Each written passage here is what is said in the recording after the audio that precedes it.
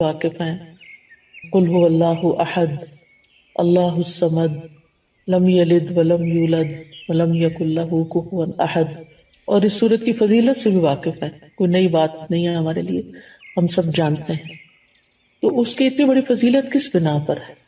اخلاص ہی کی بنا پر ہے نا. تو جس طرح اللہ سبحانہ و تعالیٰ ایک ہے، قل هو اللہ احد، سورت کی فضیلت سے بھی واقف ہے، یا جو عبادت اس کے لیے ہو وہ بھی بس صرف اس ایک اکیلے کے لیے ہونی چاہیے.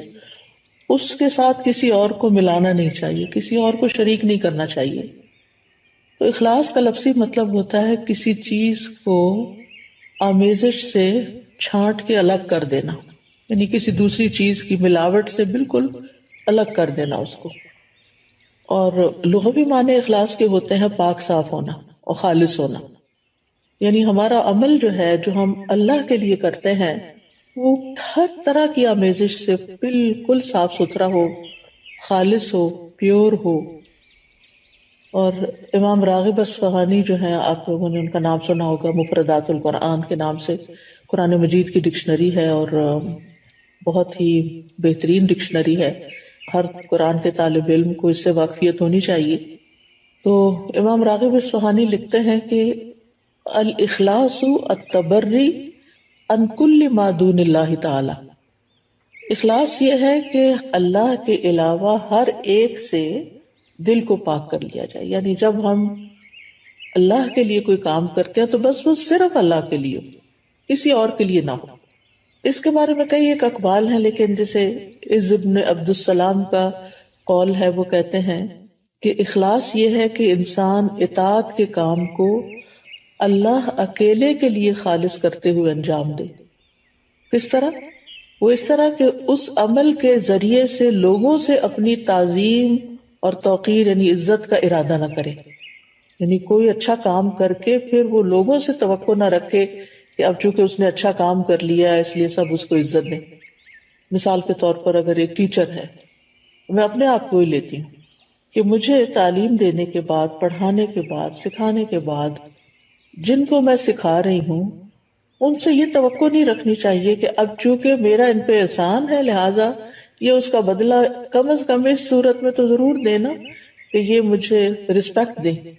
اور اگر وہ رسپیکٹ نہ دیں تو پھر مجھے بہت برا لگے اور میں ڈسہارٹ ہو جاؤں اور پھر میں اپنا کام چھوڑ دوں اور لوگوں سے بدظن ہو جاؤں اور پھر ان کے خلاف ادھر ادھر غیبت چغلی شروع کر دوں اور فرسٹریشن کا شکار ہو جاؤں.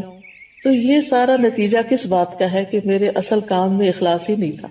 تبھی تو میں اس نتیجے پہ پہنچی، اس ہلاکت کے گڑھے میں، کہ فرسٹریشن کا شکار ہوئی.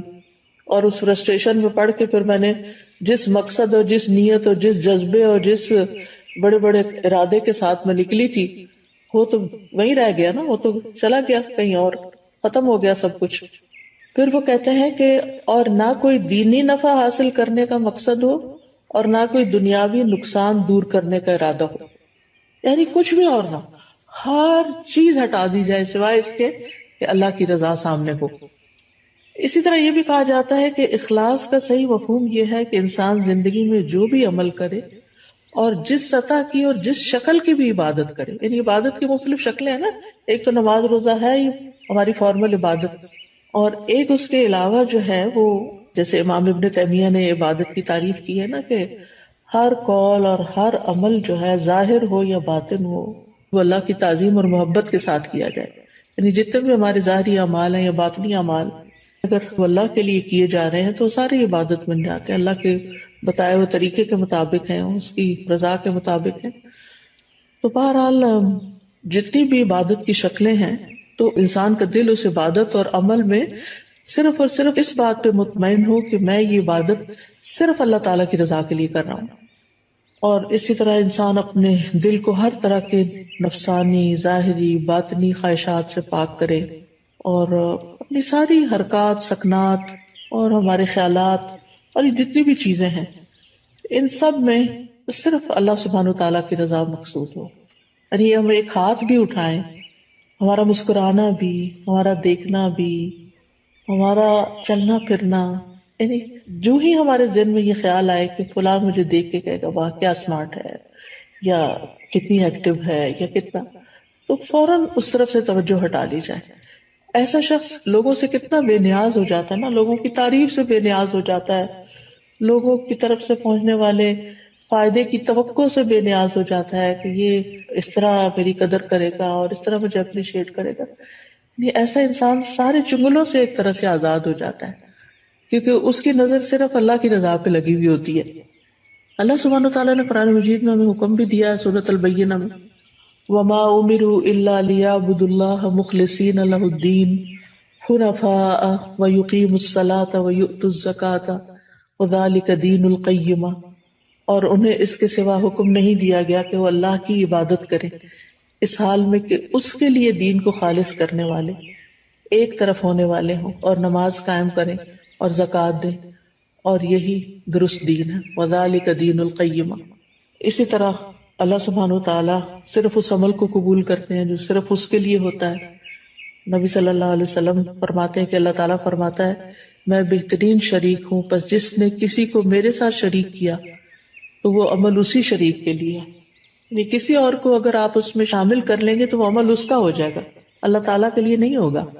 اے لوگوں اپنے اعمال کو اللہ کے لیے خالص کرو، کیونکہ اللہ عز و جل اسی عمل کو قبول کرتا ہے جو خالص اسی کے لیے کیا جائے.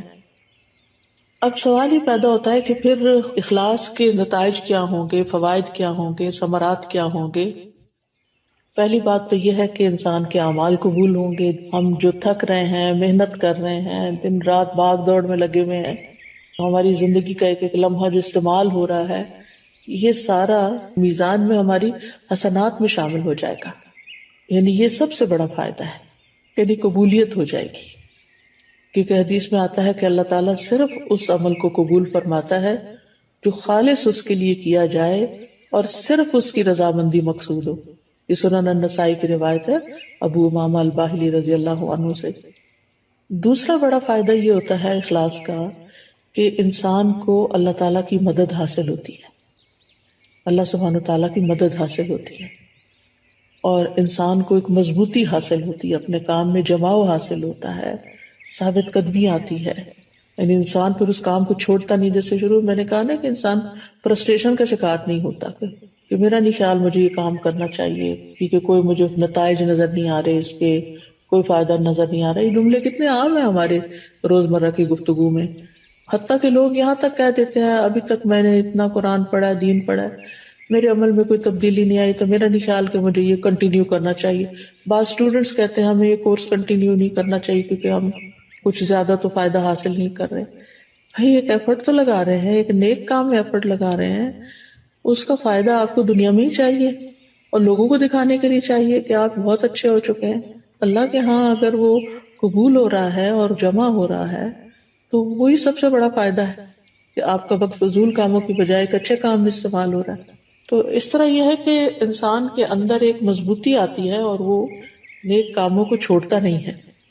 اور جیسے پہلے بھی بات ہوئی کہ قبولیت آتی ہے اور اللہ سبحانہ وتعالیٰ انما یتقبل اللہ من المتقین، تو جب قبول ہوتا ہے عمل تو پھر مدد بھی آتی ہے اللہ سبحانہ وتعالیٰ کی.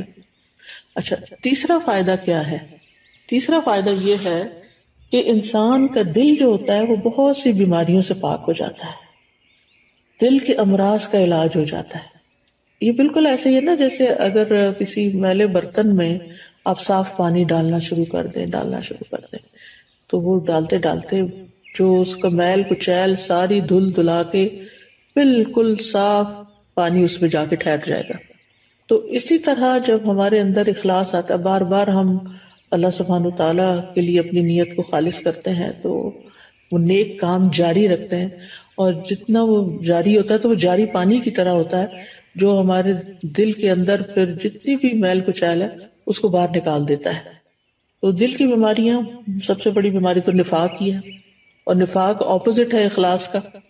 پھر اسی طرح نفاق کی جو علامتیں ہیں اور دیگر جو برائیاں ہیں جیسے حسد ہے، کینہ ہے، بغض ہے، خیانت ہے، یہ ساری چیزیں. پھر اسی طرح یہ ہے کہ حدیث میں آتا ہے 3 چیزیں ایسی ہیں جن کی وجہ سے ایک مسلمان کا دل دھوکہ نہیں کھا سکتا، یعنی حسد یا کینہ نہیں رکھتا. ایک ہے کہ اللہ کے لیے خالص عمل کرنا، دوسرا ہے مسلمانوں کے ائمہ کے ساتھ خیر خواہی کرنا، یعنی اپنے لیڈرز کے ساتھ خیر خواہی کرنا، اور تیسرا مسلمانوں کی جماعت سے جڑ کے رہنا۔ بے شک دعا مانگنا ان کی حفاظت کرتا ہے، یعنی مسلمانوں کی دعا جو ہوتی ہے وہ ایک دوسرے کے لیے فائدہ مند ہوتی ہے۔ وَلُزُومُ جَمَاعَتِهِمْ فَإِنَّ الدَّعْوَةَ تُحِيطُ مِن وَرَائِهِمْ۔ میں دیکھتی ہوں واٹس ایپ کے گروپ میں، جس گروپ میں ہوں، کہ کوئی ایک بیمار ہوتا ہے تو سارے کنسرنڈ ہو جاتے ہیں اور ہر ایک دعائیں کرنے لگتا ہے، اور حقیقت ہے کہ ایسے دل پکڑا جاتا ہے۔ جب میں واٹس ایپ کھولتی ہوں، میں سینئر سٹاف کا جو گروپ ہے اس کا وہ نمبر دیکھتی ہوں کہ کافی میسیجز ہیں، تو میں سوچتی ہوں اللہ خیر کرے، لگتا ہے یا کوئی بیمار ہے یا کوئی فوت ہو گیا ہے یا کوئی، تو یہ اسی صورت میں سب کی دعائیں ملتی ہیں نا جب جڑے ہوئے ہیں، اور اگر جڑے ہوئے ہی نہیں ہیں، آپ اکیلے ہی زندگی بسر کر رہے ہیں تو بس پھر اکیلے ہی ہیں بہرحال۔ پھر اسی طرح اخلاص کا چوتھا فائدہ یہ ہے کہ جو دنیاوی عمل بھی جو ہوتے ہیں نا، دنیاوی کام جیسے کھانا پینا ہے، بچے پیدا کرنا ہے، شوہر بیوی کا تعلق ہے، خرید و فروخت ہے، یہ سارے کام بھی اخلاص کی وجہ سے نیک اعمال میں شامل ہو جاتے ہیں۔ جیسے صحابہ نے نبی صلی اللہ علیہ وسلم سے پوچھا تھا کہ اللہ کے رسول، ہم میں سے اگر کوئی اپنی خواہش پوری کرتا ہے تو کیا اسے اس میں بھی اجر ملتا ہے؟ تو آپ نے فرمایا بتاؤ، اگر وہ خواہش حرام جگہ پوری کرتا ہے تو کیا اس پر گناہ ہوتا؟ تو اسی طرح جب وہ اسے حلال جگہ پوری کرتا ہے تو اس کے لیے اجر ہی اجر ہے۔